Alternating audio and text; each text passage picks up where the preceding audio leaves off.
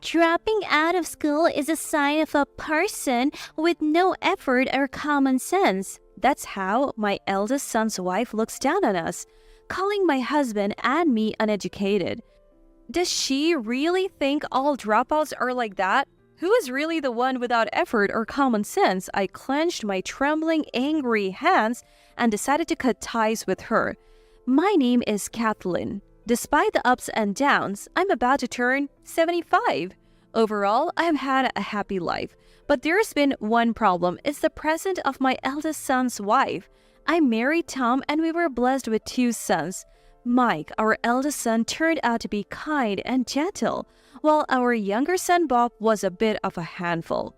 Bob often got into fights with classmates and caused us quite a bit of worry with frequent calls from the school.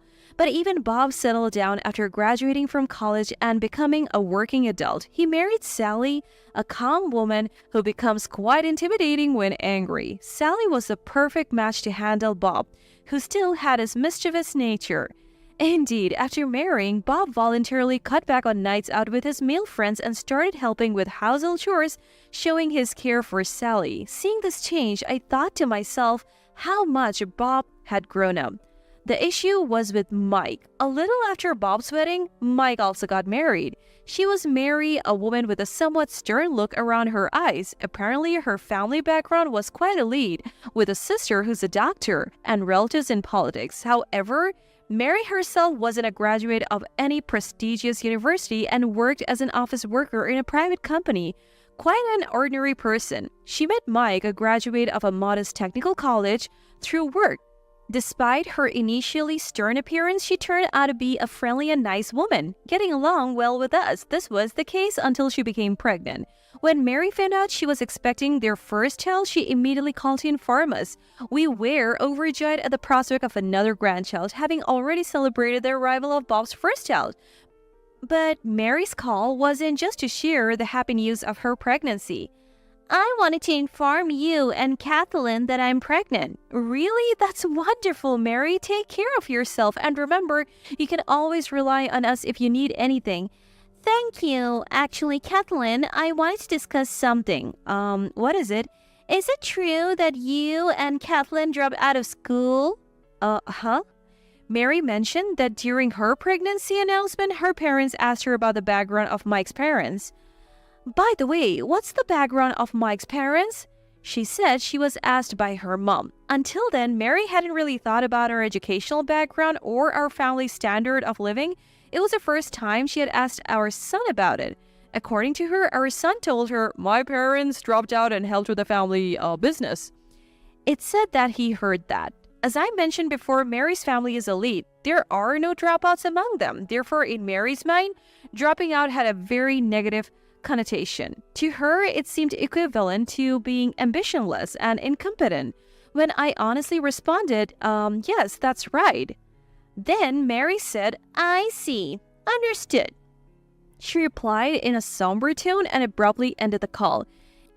It might have shocked her to hear about an unfamiliar educational background, but Mary's spouse is not me. It's my son. Until then, I thought our educational background wouldn't matter to the two of them. A while later, we found out the gender of Mike's baby. It was a boy. The joy of expecting a grandchild was just as immense as when we had our first grandchild. Tom and I, getting carried away, gathered cute baby clothes and sent them to Mike's place. Mike expressed his thanks and we thought they were pleased. However, during a visit before the baby's birth, Mary made an astonishing request. We are a bit overwhelmed with all these clothes. Could you instead send educational toys that help with the child's brain development? Tom and I were taken aback as we weren't very familiar with the concept of educational toys at the time. I grew up feeling inadequate at home, so I want to raise this child properly. Please, can you help with that? Her polite request made us feel as though we had done something wrong, but it also left us wondering, isn't it customary to express gratitude for baby clothes? We felt a bit uneasy, but we thought maybe Mary was just stressed before the birth. I remembered having similar feelings myself. We decided it was best to ask what they needed before sending anything next time, but that night it was when I passed by Mary and my son's room. I heard such an exchange through the door. Hey, can't you do something about Kathleen and the others? I'm worried about our child's future if it stays this way. But, we can't change our educational background now. But the early years are crucial. I mean, no offense, but being influenced by dropouts like Tom and Kathleen might not be good for the child, right? I don't think that's going to be a problem. You can be sure. I want to enroll our child in a private kindergarten. After that, it's Harvard University, but with dropouts like Kathleen and others, I'm worried about the influence on exams and such. My brother and I were raised freely. We might be told it's cruel to focus only on studies. See, that's what I mean. That's not okay. If you raise them too freely, they'll end up like me, called a failure. I want to prove them wrong with this child. A failure? That's not true. The early years are so important, and having grandparents who are dropouts, I'm already worried about the child's future. It would be fine if they don't interfere with parenting. I was stunned to overhear such a conversation. I knew from my son that Mary was looked down upon for her educational background by her own family. But to think she was planning to give our grandchild an elite education just to prove her family wrong? Children are not extensions of their parents. They have their own lives. It's important to provide a good education, but what matters most is whether the child wants it or not. And nowadays, as the number of children decreases, society is moving from being credential-oriented to skill-oriented. Focusing solely on academic credentials seemed somewhat nonsensical. And this isn't just because I'm a dropout myself. I wondered if making a child study all the time from a young age was really the best approach. This is my grandchild, not my child. How much should I intervene? I chose not to interrupt the heated conversation between my son and his wife. I shared this incident with Tom and subtly hinted our concerns to our son alone, without Mary. I ended up hearing it that night. I decided to bring up the matter. Although I thought it might be meddling, we were still concerned about our grandchild's future and the behind-the-scenes dynamics between our daughter-in-law and son that we had inadvertently witnessed. However, Mike just said, Mary is having a tough time. Try to understand. It seemed he was trying to harmonize the family by accepting Mary's opinion, even though it felt somewhat different from our more laid-back parenting style. Needless to say, I was somewhat disappointed in my son for being completely under Mary's thumb. I'd always thought of him as a kind son, but to become so submissive upon marriage? After some time, Mary safely gave birth to their first child. Eager to see our grandchild, Tom and I went for a visit. Unbelievably, we were the only ones denied visitation. Both Mary's parents were allowed to see them, as was Bob's family. Although we were told it was because Mary wasn't feeling well after giving birth, I couldn't help but feel suspicious because of our previous conversations. I couldn't help but wonder if we were being denied visitation because we are grandparents who dropped out. I couldn't help but doubt it. However, we couldn't just force our way in despite being denied visitation. Accepting that it was for Mary's health, we avoided visiting her during her hospital stay. After she was discharged, we decided to visit Mike's home with a gift for the baby. But then, I'm sorry, but Kathleen and you cannot enter our house. Mary stood firmly at the front door, her intense eyes making it clear that we were not allowed inside. I have been thinking about it a lot, what kind of environment I should provide for my child. But no matter how I think about it, grandparents who are dropouts will only be a source of shame for this child's future. Excuse me? Dropouts are nothing but people who lack effort and common sense. Having such grandparents constantly around would be a bad influence. That's why I absolutely will not let this child meet you. I was stunned to think she would go as far as to refuse to let us meet our grandchild. She keeps mentioning dropouts, but I wonder if a parent so fixated on educational backgrounds isn't the bad influence. As we stood there trembling with anger, Mary continued, However, it's fact that you are this child's grandparents. Rest assured, we'll accept gifts for the birth and school entrance. But please, no items. Tom and Kathleen lack taste.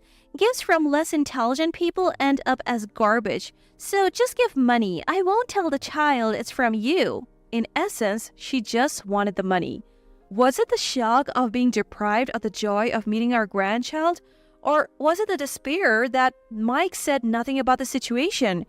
Various emotions are swirling inside me, and I don't know how to properly express them. From the back of the room, I could hear the joyful laughter of Mary's parents playing with the child. This only agitated our feelings further in a bad way. Tears filled my eyes as I struggled to hold them back, and Tom's face turned red with anger. We quietly took each other's hands, resolute. Understood. Then it's a disconnection. When Tom said this, Mike looked at us in shock while Mary smiled. If that's the case, then it can be helped, she said. After that, Mike tried to contact us several times, but we ignored him. Even if he wanted us to reconcile with his wife, it was impossible. It wasn't a matter of forgiveness, simply. Mary's way of thinking and our compatibility were too different. Reconciling would only lead to the same problems. Gradually, Mike's attempts to reach out decreased, and all our affection was poured into Bob's family and their child.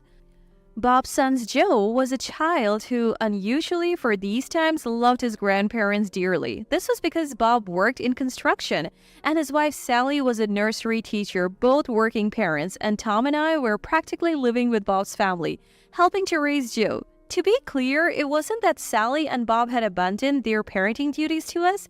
Sally had considered quitting her dream job as a nursery teacher for childcare, so we suggested living together part-time. On the days Sally was absent, either Tom or I or both of us would go to Bob's house from morning till night to take care of our grandchild. 20 years had passed, and in the blink of an eye, our grandchild had grown up, graduated from university, and became a working adult.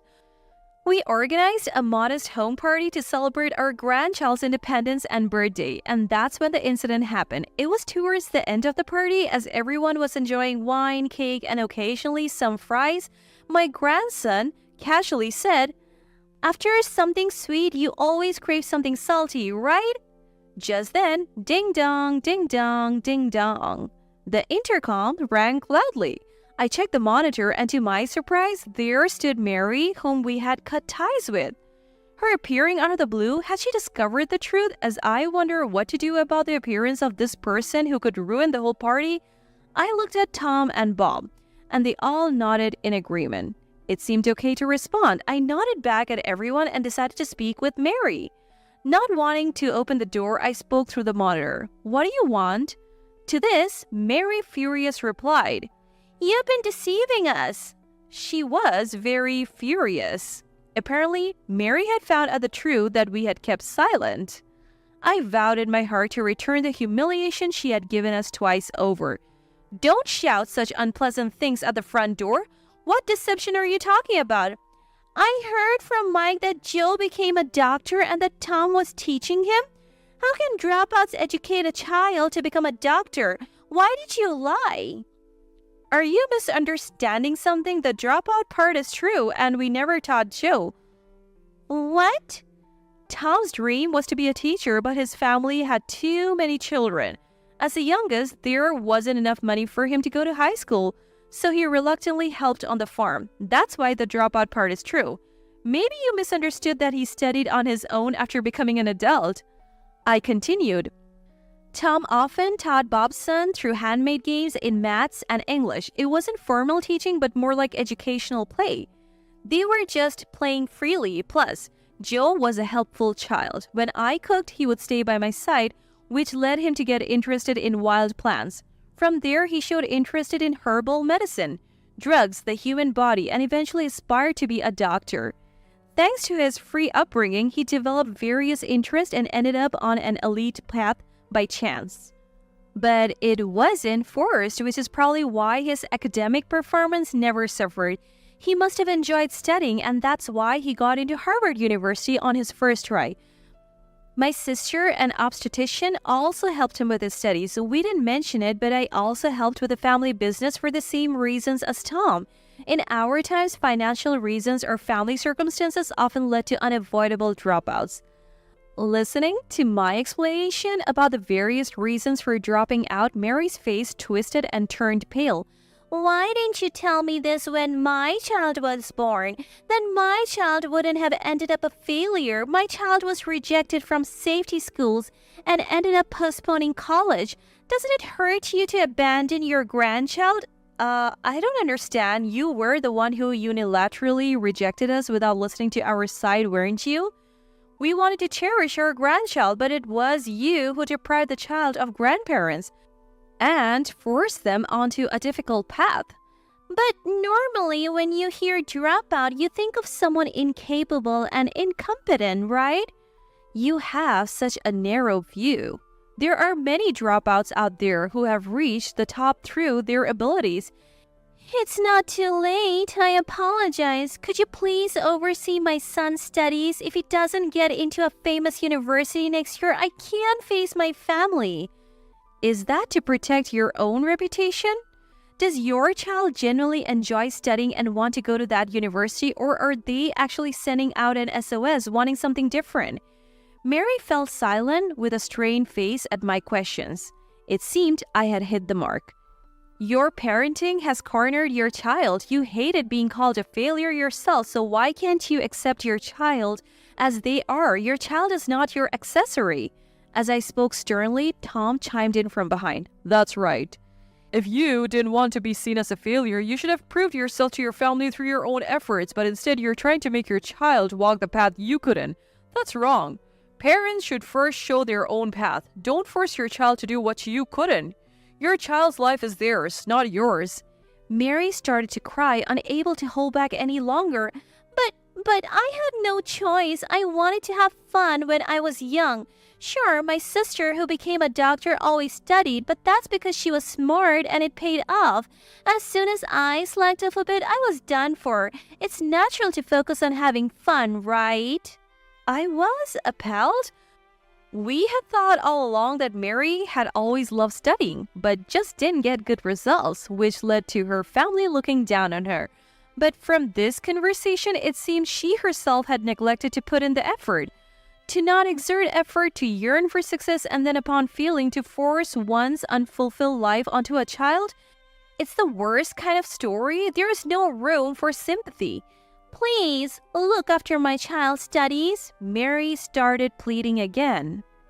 It seemed like it might be a good idea for Mary to start learning as a person even now. I'm sorry, but we aren't heartless. Even though we have cut ties, we still love our grandchild. However, we can't supervise a student's studies. What do you mean, student? Mary looked astonished. She couldn't see it through the monitor, but Tom and I smiled back. This autumn, we are becoming university students. Our children and grandchildren have all grown up. It took time balancing it with parenting, but we are finally starting our second life. We will be busy with our own studies, so we can't effort to look after someone else's. Since it's an important party, could you please leave? At my words, Mary stood there stunned. Seemingly no longer hearing what was said, Tom and I quietly turned off the monitor and returned to the joyful party. I thought I heard Mary screaming at the front door, but, well, never mind. After that day, it seemed to trigger a family discussion in Mike's household. Mike asked his child, Do you really want to go to university? Turns out the child had lost motivation because they wanted to pursue IT, but Mary was pushing for a law career. Changing the direction of study paid off, and the next year the child successfully got into university and later pursued their dream in IT. Needless to say, I was relieved to know that the grandchild didn't end up unhappy. On the other hand, Mary, shocked to learn that her child disliked her approach to education, proposed a divorce to Mike. Mary seemed to have reflected on her failure as a mother. Apparently, the grandchild was under stress from studies, and Mary hadn't even noticed. Calling herself a failure as a mother was indeed accurate. Mike, having grown tired of Mary's overzealousness in education over the years, readily accepted her divorce proposal.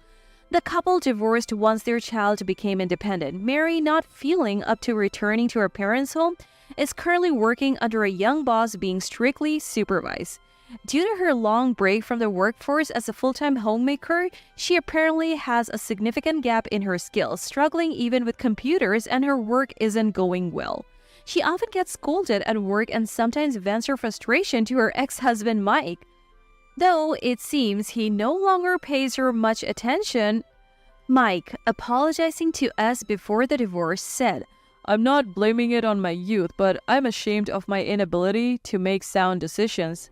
a son is always a son, regardless of the situation. And we, as his parents, recognized that the problem at that time was with Mary. We had cut ties with Mary, who was our son's wife, but never intended to sever our bond with Mike, our eldest son. Mike was desperately trying to protect his first ever family. We thought it best to show understanding with the wisdom of our age. As Bob's children and Mike's children each begin to walk their own paths, what about us, you might ask? Tom, now 75, graduated from university and became a home-based IT engineer. His main job is creating and publishing educational games for children. While I can be a teacher at this age, Tom is very happy that he can indirectly contribute to children's education. As for me, I studied nutrition in college and became a cook. In fact, I've published a few books. My popular dishes mainly include local cuisine and warm home-cooked meals like those made by a country mother with her own twists. Having found a job that we can do even after retirement, we're truly living our second life to the fullest. Every day is so much fun. Whether we are dropouts or even uneducated, we believe that with effort, any path can be forged. As long as we believe in ourselves, happy days are ahead. From now on, Tom and I plan to live a life so that in our final moments, we can proudly say, it was the best life. We intend to continue walking a life that allows us to say that with pride.